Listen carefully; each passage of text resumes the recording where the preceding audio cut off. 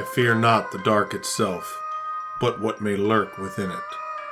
Welcome to Lurk, bringing you creepy, strange, and bone-chilling stories, with your host, Jamie Jackson.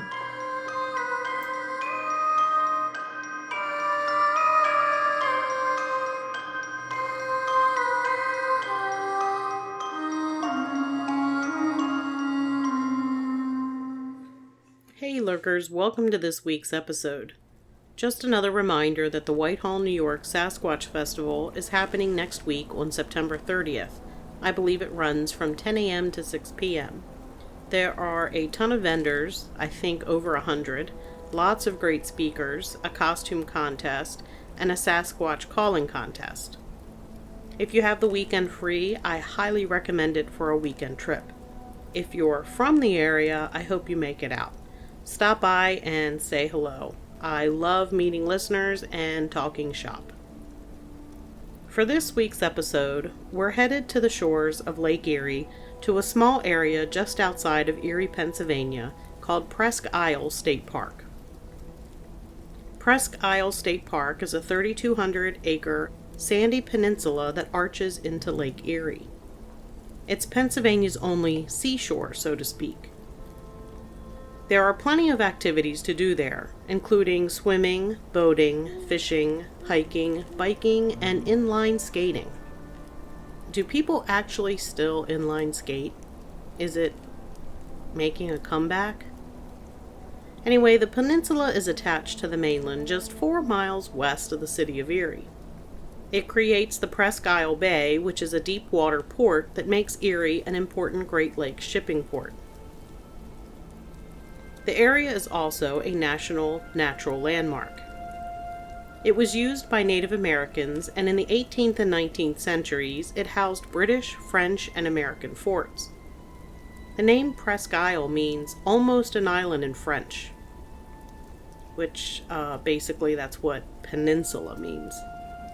Presque Isle has 2 lighthouses, one dating back to the 1870s that still serves as a navigational beacon, and one called the North Pier Light, because it is located on the North Pier. So our story today begins on Sunday, specifically July 31st, 1966. 6 people from Jamestown, New York, decided to head to Presque Isle to get a break from the heat and humidity of the summer. They were at Popular Beach 6 on the northern edge of the park.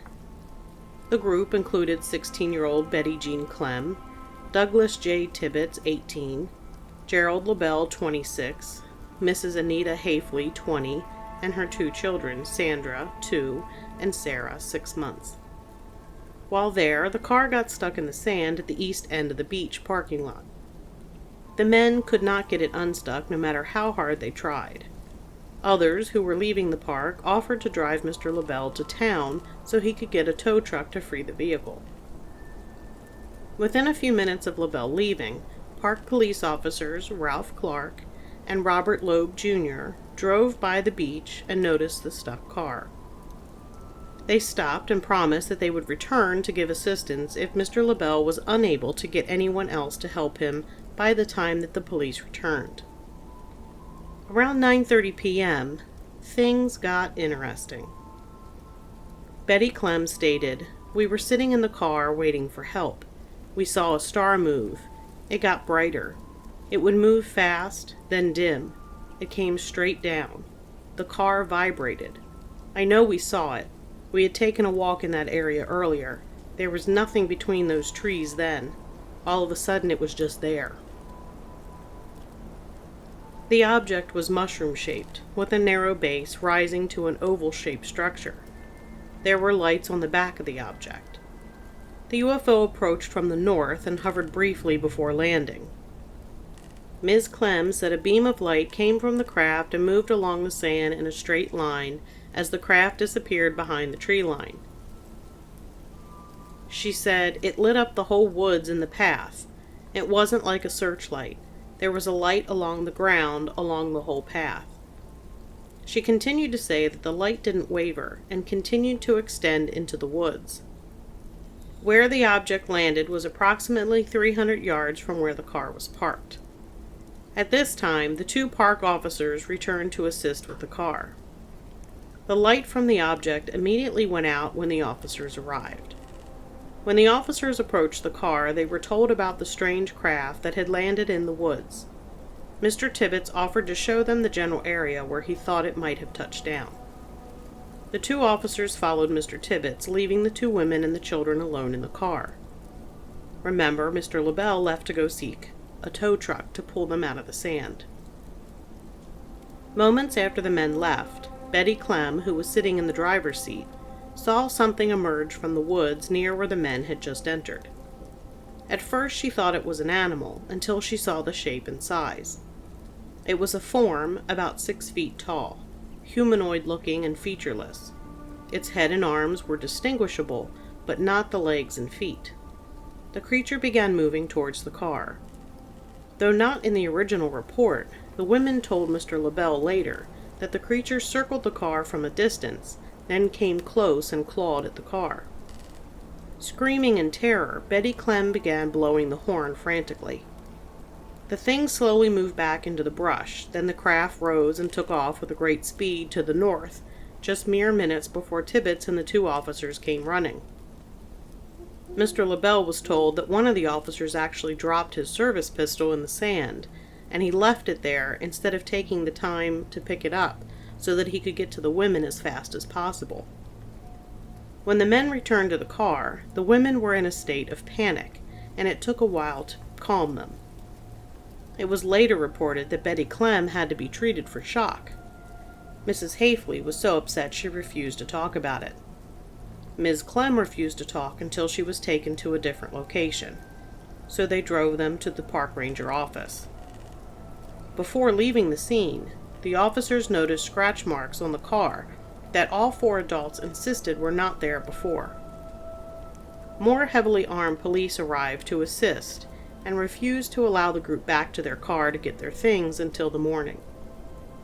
By 7 a.m., August 1st, the state police and Air Force were involved. Officers Paul Wilson and Robert Canfield investigated and found unusual impressions in the sand. About 300 to 400 yards from the car were 2 diamond-shaped imprints, 18 inches wide and 6 to 8 inches deep. They were 10 to 12 feet apart. Another area had 3 impressions in a triangle pattern about 11 feet apart. Officer Wilson found tracks that led in a straight line to the car. They were conical-shaped, 8 inches wide and 5 to 7 inches deep, and 5 to 8 feet apart. Wilson did not believe they were footprints. He said it seemed to be made by a heavy object or objects. Air Force investigators interviewed Betty Clem in the morning. She was also interviewed by a psychiatrist who said she was telling the truth and was not delusional or ill. So that is the basic story of what happened. The case was investigated by Air Force's Project Blue Book. We're going to look at some information contained in some of their files that have some more details from the witnesses. In a report dated 3rd August 1966, there was a description of the craft. It was square or hexagonal, in the air, tumbling. The size was compared to a $50 just before touchdown, or a little bigger. The edges were either lit up or reflecting. There was a circle of spotlights at the top when it was on the ground. A soft hum or buzz was heard for about 3 seconds that was later described as groan or turbine sound decreasing speed and pitch. The sound stopped abruptly when it settled on the sand. In reference to Betty Clem, Police Chief Dan DeSonio said of Betty Clem, "She could not put on this act. That would be absolutely impossible. She was hysterical." Buell Planetarium in Pittsburgh was called, and they ruled out meteorites because they never last for 10 minutes. Satellites were also ruled out because they, and meteors, never change direction. Weather balloons were also ruled out. I want to share some of the written statements the witnesses gave that are part of the Air Force investigation file. This first one is from Mr. LaBelle. and it's a little bit of a struggle to read because it is in his handwriting. It's a photocopy of his handwritten statement in cursive. I can read cursive, but it's in somebody's sloppy handwriting, and the spelling isn't great, so bear with me. Arrived at 8 p.m. to have a picnic. We went to Beach 6 because I had been there and remembered a picnic area the last time I was there. I, Gerald LaBelle, was driving the car. I decided to pull off the parking lot onto the beach area. I stopped the car and everyone got out of the car. Somebody and I got everything out of the car up to the tables to start the food. I set up the barbecue and also started the fire. It was getting dusk by now and the light was shortly fading. The hot dogs were cooked and passed around. Everyone except, it's redacted, had the usual: hot dog, potato salad, macaroni salad, Kool-Aid. And I was ready to go swimming, so we got in the car. We were going to the bathhouse to change to our swimming trunks. Redacted started the car and tried to back out and found out they were stuck. Some people next to our table came over to help us out. All of our efforts were not good enough. I said I know a friend of mine in Erie that would help us out. The people using the next table down offered to give me a ride to where I wanted to go. We left about 9:20 p.m. Due to being a stranger to Erie, I didn't know the area too well. I had a hard time finding the street and house that I wanted. I found a friend about 10 after 10 who was willing to try to help us out. After a few tries to get something to help pull the car out, my friend got his brother-in-law to let us use his chains. We drove back to the picnic area. We got back to where the 2 lanes by the barricade. We were stopped by a policeman. I got out of the car and talked to the man. He said there was some trouble on Beach 6 and it involved some people from Jamestown. This really scared me. I got back to the police station to find some really scared girls. Betty was still crying. Anita wasn't crying, but she broke down when I came in. The girls were questioned for a length of time.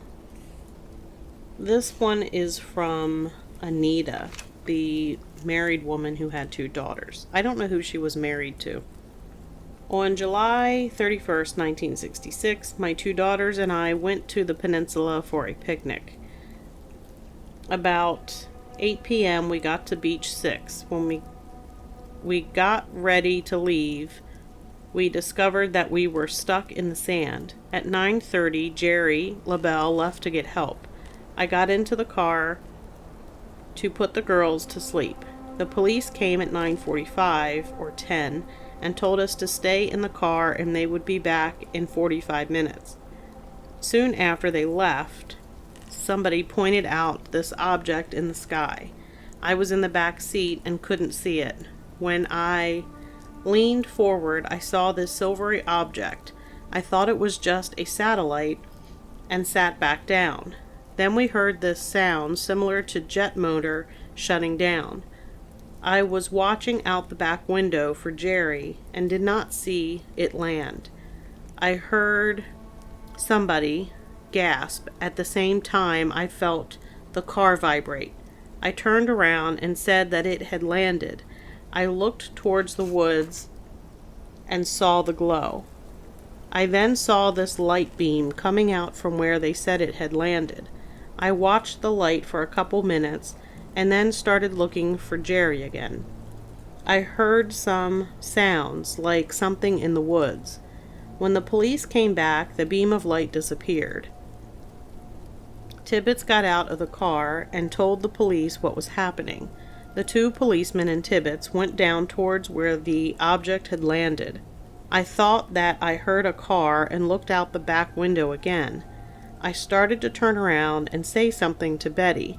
Just then she said to close my eyes. It's coming.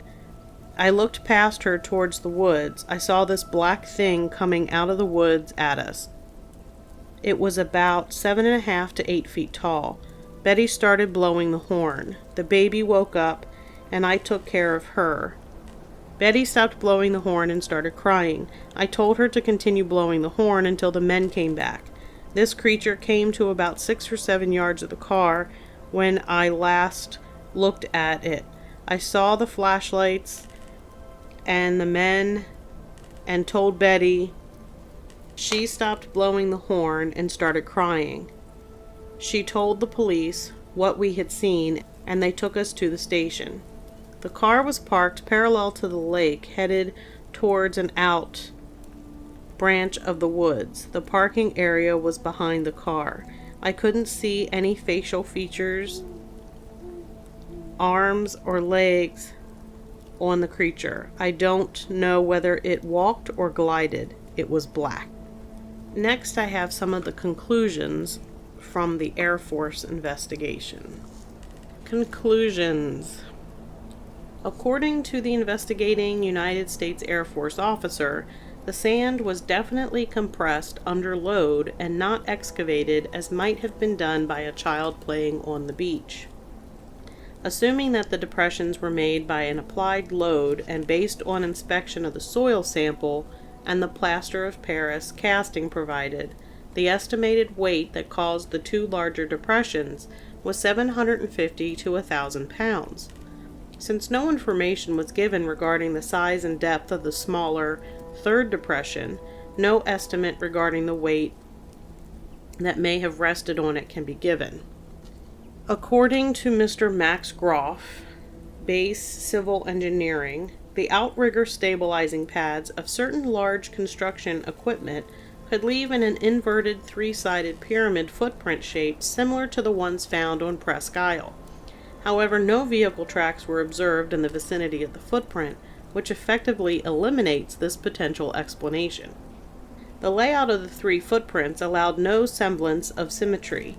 If the third, smaller footprint is discounted, lines extended through the apex and bisecting each of the two larger triangular footprints do not converge in a symmetrical manner.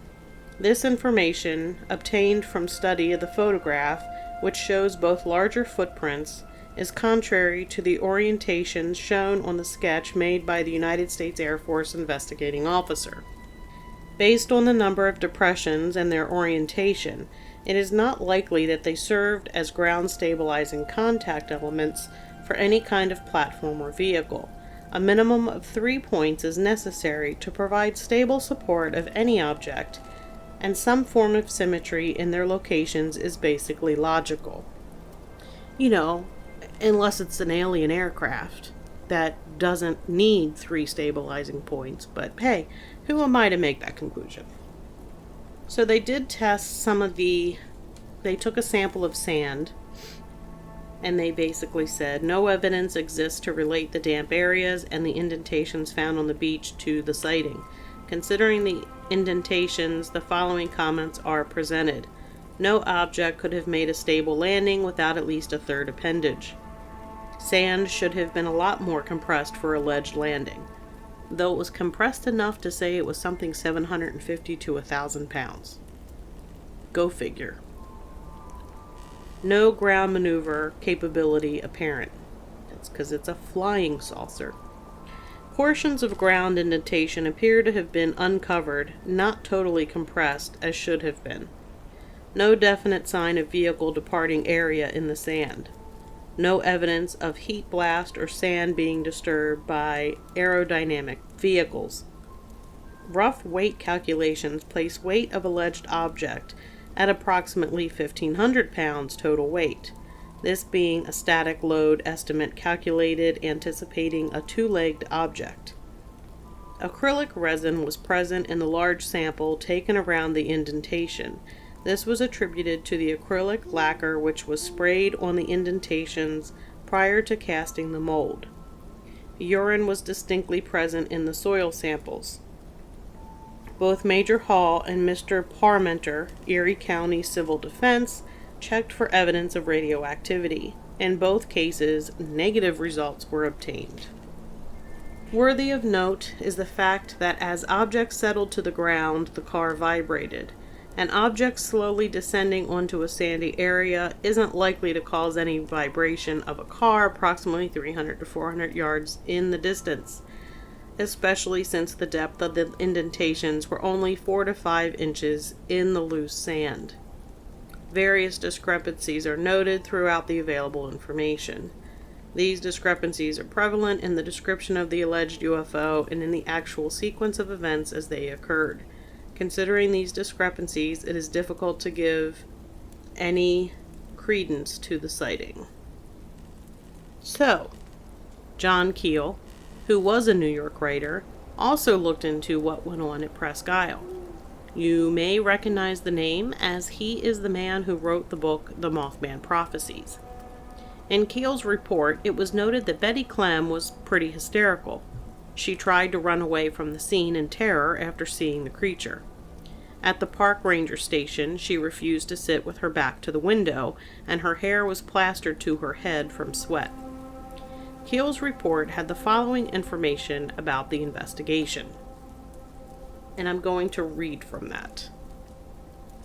At 7 a.m. on the next morning, Patrolman Paul Wilson and J. Robert Canfield visited the alleged landing site and discovered a series of markings in the sand. They found 2 triangular indentations about 18 inches long and sloping downwards to a depth of 8 inches. These prints were very distinct. Several feet away, they found 3 more identical impressions. 2 skid marks were also found in this pattern. They also discovered a series of imprints, conical shaped as if someone had pressed a pointed drinking cup into the sand. These were 9 inches in diameter and 6 inches deep. They led from the landing site to about 12 feet from where the car was stuck. In addition, they also found 3 spots of wet sand. The liquid was colorless, odorless, and sticky to the touch. All of the officers pointed out to Mr. Keel that most liquids, such as water, Coca-Cola, coffee, urine, etc., quickly evaporate on the beach. These wet spots persisted for a day.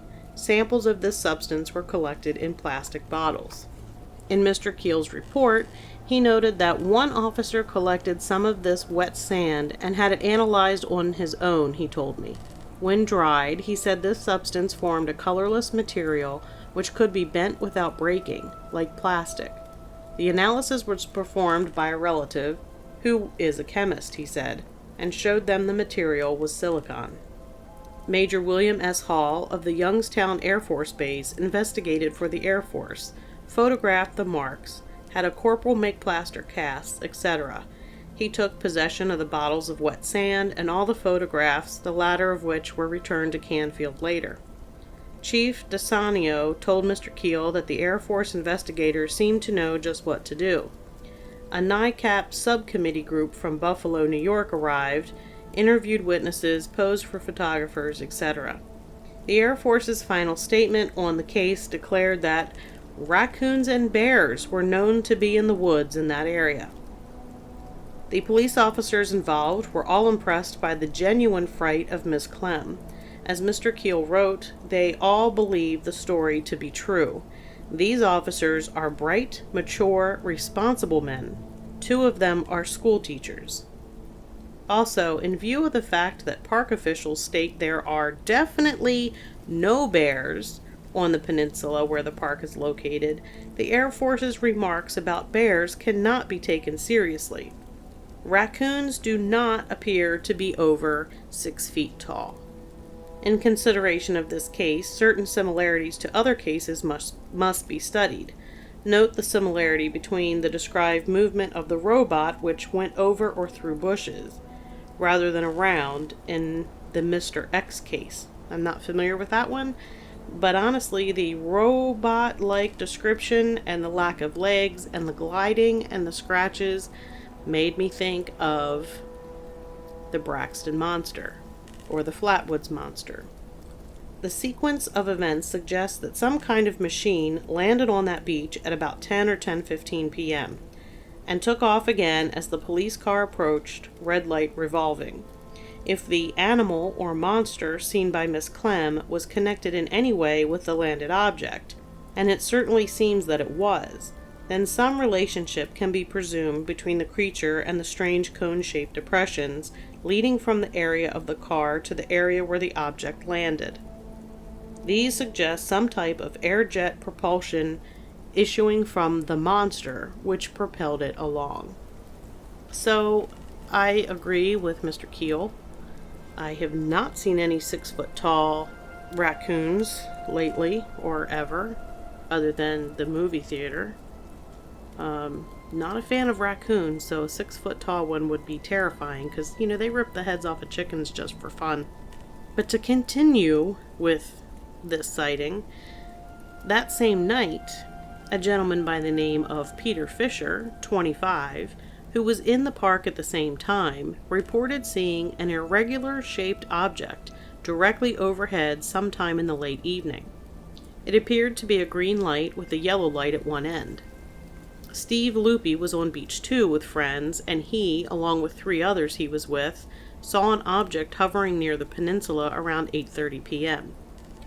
French foreign exchange students Helena Roche and Alan Orsel were living at 412 Frontier Drive, about a mile away from the beaches at Presque Isle, and they saw a lighted silvery object flying low. Stephanie Mango, on Homeland Avenue, saw it flying silently at treetop level. It was round and the color was undistinguishable. The object moved towards the beach, then changed course and moved towards Erie's Bay area, where it disappeared from her view. Sue Carey, Linda Henderson, and Janice Dickey were camping out in the yard at Sue Carey's house, and around 11 p.m. they saw a silvery object flying south to north. Sue Carey said, "I heard a whistling sound and looked up and saw an object moving north as high as the Boston store," which is 138 feet. It was very low and we all ran and got in the station wagon and locked the doors when we saw it. Other incidents followed. 2 police officers in the suburbs of East Erie reported seeing a bright light on August 4th between 4:15 and 6:55 a.m. One of the officers said the object turned red, then disappeared, and reappeared, then turned bluish. An unexpected bright object was reported moving across the sky at 2:30 a.m. and was seen by 8 people on a beach near Erie. They watched it for 10 minutes, and the object changed direction several times. There were also 2 radio newsmen who saw something strange. Jerry Tremblay and Dennis Buckle witnessed an object in the sky. Dennis Buckle saw it first, and then 2 hours later, Jerry Tremblay saw something. He said, one had the appearance of a bright star, but moved rapidly. The second object had only red and green and white lights, but did not act like an ordinary plane. So what the heck happened on Presque Isle? The Air Force discounted everything, which is pretty much par for the course with them in these situations. They later made comments and conclusions that alluded to Tibbets, LaBelle, and Clem being in on this huge hoax, and none of it was true. It was just some story for attention.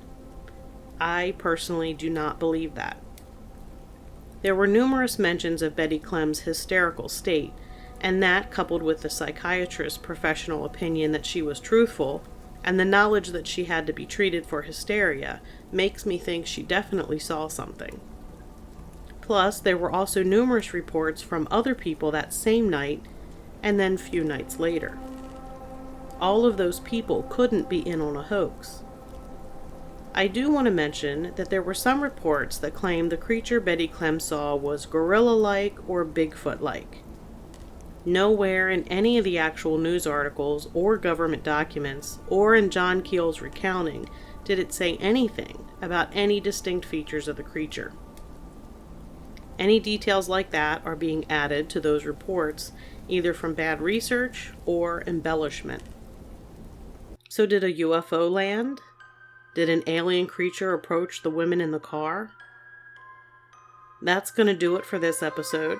You can find Lurk wherever it is that you listen to your other favorite podcasts, or at lurkpodcast.com, where you'll find episodes along with links to the social media pages.